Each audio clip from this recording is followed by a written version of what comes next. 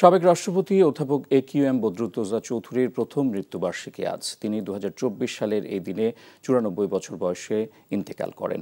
বিএনপির প্রতিষ্ঠাকালীন মহাসচিব ছিলেন বদরুদ্দোজা চৌধুরী। জিয়াউর রহমানের মন্ত্রিসভায় উপমন্ত্রী ও খালেদা জিয়ার দুই সরকারের মন্ত্রী ছিলেন।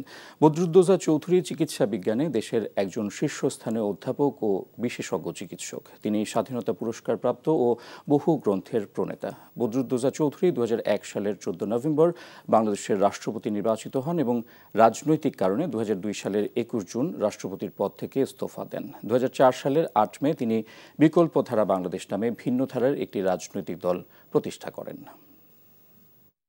বান্ডেল থাকলে প্রতি সেনমানিতে টাকা বাঁচবে। বিকাশ সেনমানি বান্ডেল কিনে জিতুন প্রতি লেনদেনে। এতদিন শুনছি চাঁদে অমাবস্যা লাগে, আজকে দেখলাম সূর্যে অমাবস্যা লাগে।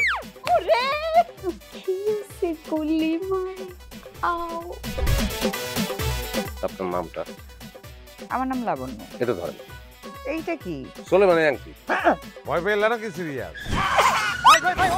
আমগো চোখে তো এখন কাঠের চশমা। দুইটা খেজুর কাটা নিয়ে চক্ষু দুইটা উঠানো হইলে আমারে দান করে দিন। কারো পৌষ মাস আর কারো সর্বনাশ।